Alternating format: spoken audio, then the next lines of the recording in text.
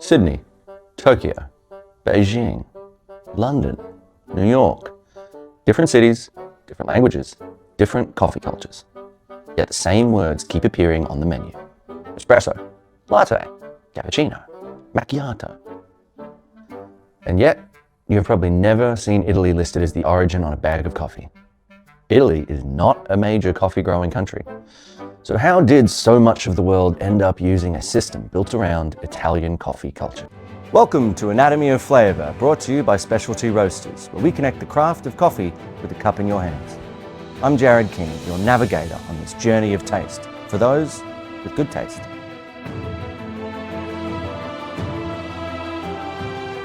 Back in the 1880s, coffee was already big business across Europe. Cafés were busy. People wanted coffee. The problem was, coffee took time. Brewing a fresh cup could take several minutes. That sounds perfectly reasonable when you're sitting comfortably at a table. But then you count the orders ahead of you. 12. Every order is prepared in sequence. That few minutes can turn into nearly an hour. And that is assuming everyone ordered just one. Suddenly, a few minutes per cup does not feel quite so reasonable anymore. The cafe looks packed. Business looks fantastic, but very little coffee is actually leaving the counter. The customers are waiting. The person behind the counter is drowning. The brewing equipment is working at its limit. And the owner is watching money walk out the door. Everybody is busy. Nobody is winning. People wanted freshly made coffee, but cafes did not yet have the capacity to make it at the speed that growing demand required. This was also the age of steam. It was an era that looked to machines for answers. Steam was moving trains, powering factories, transforming manufacturing. So naturally, someone looked at a slow pot of coffee and thought, surely steam can do something about this as well. In 1884, a hotel and bar owner in Turin named Angelo Mariondo patented a steam-powered machine designed to prepare coffee faster. It was not an espresso machine as we would recognize one today. It brewed larger quantities rather than making one neat little espresso at a time. But it marked an important turn in the story. The machine was now being designed around a very specific problem. Shorten the brewing time, serve more people, keep the queue moving. Other inventors would refine that idea, moving it in a more personal direction. Coffee made for the customer standing in front of you, one serving, prepared quickly and served immediately.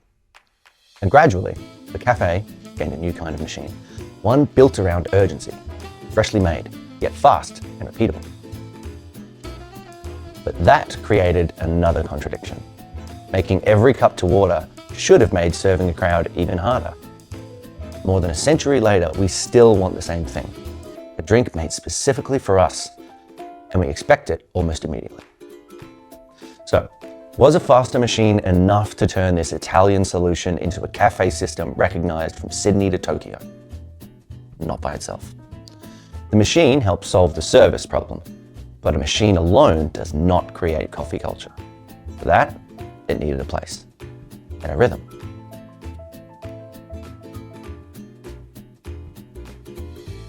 That place was the Italian bar. To many English speakers, a bar suggests alcohol. In Italy, that was only part of the picture. Part cafe, part snack counter, part neighborhood living room. From morning coffee to evening aperitivo, people stood at the counter to eat, drink, and exchange news, often returning several times a day. Imagine a northern Italian town in 1958. The machine hisses. Lucia runs the bar with her husband. A regular named Giuseppe walks in before work. Buongiorno, Giuseppe, the usual? Buongiorno, Lucia. You know me too well. No menu. Explanation. Lucia knows his drink, asks about his son, and tells him Carlo finally got the job at Fiat. At an Italian bar, un café means espresso. The neighborhood, briefly updated. A few hours later, Giuseppe is back with two colleagues, a panino, another espresso, and an argument about Sunday's match. That was never a penalty. You say that every Monday. One Monday, I'll be right. Brief as they are, these stops carry the day's important exchanges. A greeting, a family update, a 2-minute argument about football. Yet not everyone enters equally. Lucia works behind the counter, but in many smaller towns, a woman standing alone on the other side can still draw scrutiny. No sign is needed. A man simply orders coffee. A woman might become tomorrow's gossip. Then evening arrives. Coffee cups share the counter with vermouth, wine, and Campari. In 1958, few Italian homes own a television. This bar has one.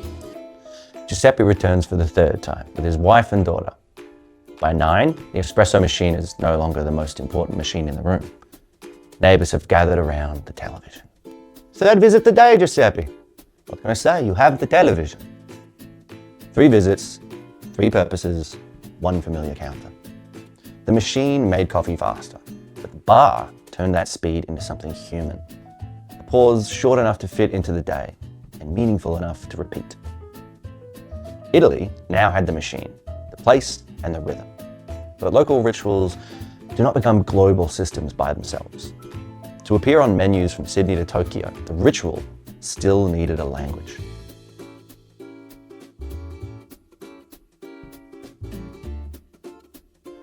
That language was already taking shape behind the counter. Giuseppe never looked at the menu. He didn't need to. Lucia knew his name, his drink, and sometimes even his entire family. But familiarity does not travel. A system that could travel needed a language strangers could learn, use, and pass on. Over time, a shared vocabulary grew around the counter. Un café, un cappuccino, un macchiato. Short words carry a surprising amount of information.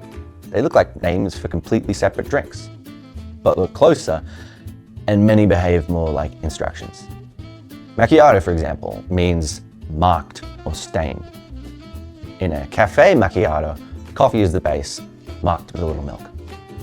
A latte macchiato reverses the idea. Milk is the base, marked with a little coffee. Same ingredients, different starting point. Different balance, very different drink. And a latte? Latte simply means milk. So if you walk into an Italian bar and order a latte, you've not ordered a coffee with milk. You've just ordered milk. Literally. Other words described how the coffee was prepared. Ristretto, restricted, made with less water. Lungo, long, made with more. Cappuccino pointed towards a familiar combination of espresso, hot milk, and foam, usually associated with breakfast. But these words were directions, not mathematical formulas. They created a shared expectation without specifying exact grams or guaranteeing an identical drink in every bar. Interpretations still varied between baristas, cities, and different periods of history. The menu, whether printed or simply spoken, was not merely a list of drinks. It was a compact ordering language, easy to learn, easy to repeat. The machine made coffee faster. The bar gave it a rhythm, and the language carried that rhythm beyond one familiar counter. What began as a conversation between customer and barista could now be understood far beyond that Italian town. In that sense, Italian coffee words began to work a little like Arabic numerals. Travel almost anywhere in the world, and even if you cannot speak the local language, you will probably recognize the numbers on a menu. 1, 2, 3. The pronunciation may change, the symbols remain familiar. Coffee developed something similar. You might not speak Italian, the barista might not speak your language, but both of you recognize cappuccino, cafe latte, and macchiato. The words give you something in common, a small piece of Italian that somehow works from Rome to Sydney to Tokyo. Almost.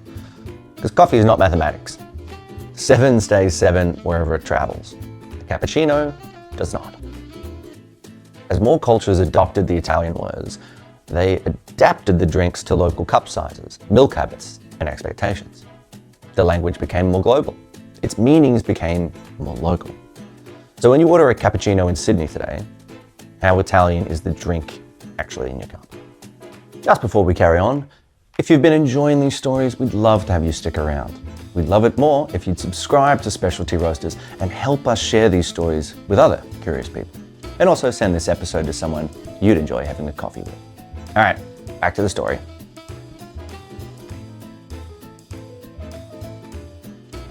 Before we compare the drinks, we need to explain how that menu reached Sydney in the first place. Because the Italian words did not sweep across the world in one sudden wave. After the Second World War, Italian migrants carried espresso culture into new cities. In Melbourne, Italian-run cafes brought in espresso machines and introduced this unfamiliar style of coffee to a new audience. Elsewhere, coffee culture already had a completely different identity. Japan had its Kissaten, quiet coffee houses built around hand-brewed coffee, music, reading, and time spent sitting down. In Taiwan and other parts of East Asia, some Western-style cafes attracted socialites, writers, and intellectuals. Menus were often organized around origins: Blue Mountain, Mendelian, Colombian. These cafes were not an everyday stop for everyone. A visit required time, money, and the feeling that you belonged there. Across the Pacific, the United States of America had taken almost the opposite path. Coffee was not exclusive, it was affordable, and it was everywhere. By the 1960s and 70s, a familiar scene was taking shape. Coffee brewed by the batch, poured into a glass carafe, then left on a warming plate, ready for the next customer. You didn't order a macchiato. You didn't explain your preferred ratio of milk. Sometimes you don't even use milk. You ordered coffee, maybe regular, maybe decaf, but it was just coffee. And the waitress returned with another refill before you even decided if you wanted one or not. It was fast and familiar, but it was not usually made specifically for the person ordering it. And these are only a few examples. Across Europe and beyond, coffee had followed still more local paths. Coffee culture already existed around the world, but it could look completely different one place to another. What these cultures did not yet share was the Italian espresso menu, a system that could make each drink individually without making every customer wait. That began changing at different speeds from the late 20th century into the 21st. Espresso machines became more widely available. Coffee companies supplied beans and trained baristas. International and local chains expanded into shopping centers, office districts, and railway stations. Then takeaway counters and convenience stores brought freshly made coffee directly into the daily commute. With fewer seats and shorter visits, businesses could serve more customers. Coffee did not lose its local traditions, but the quick takeaway cup increasingly became a shared, everyday habit. As that happened, the original advantage of espresso mattered more than ever. Our mornings did not gain extra minutes just because coffee had joined them. Between the alarm and the beginning of work, coffee had to fit into the routine without making the routine any longer. The espresso system was built for exactly that pressure. Freshly made, but fast. It became coffee's answer to fast food, not because the drink had been sitting around waiting for you, but because the process was organized for speed. A familiar menu, a repeatable method, an individual drink made when you ordered it. One customer, one coffee, then the next. Takeaway made it portable. Scale made it more accessible, and a shared menu made it easy to reproduce. The same old cafe problem had returned on a much larger scale. Everybody wanted a coffee made for them. Nobody wanted to miss the train for it. By now, the Italian system was no longer confined to the Italian bar. It had become part of everyday life.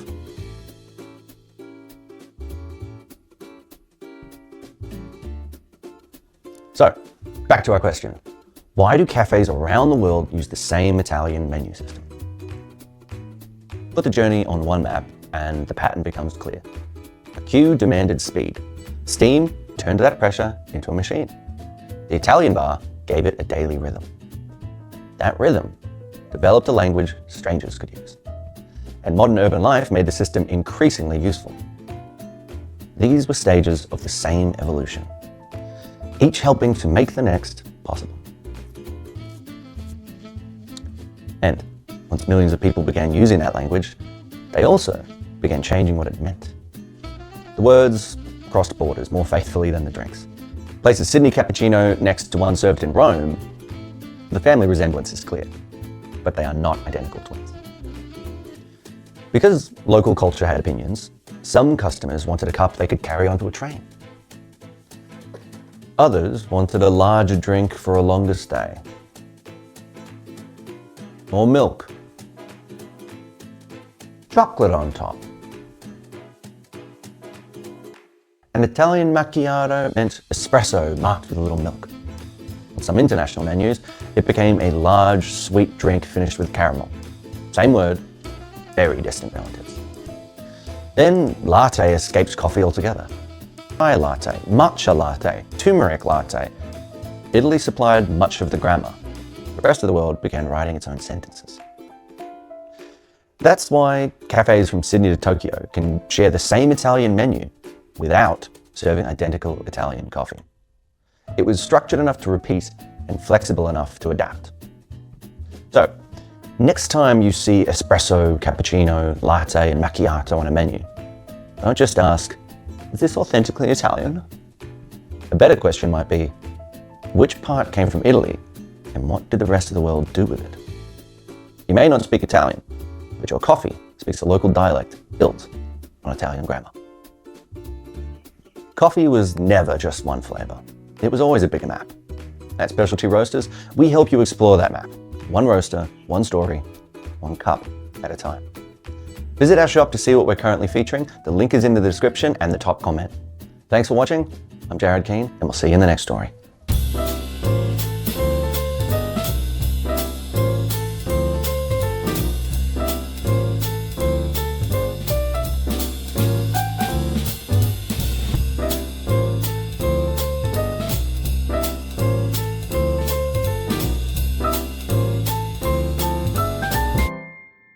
That visit today, Giuseppe. What can I say? You have the television.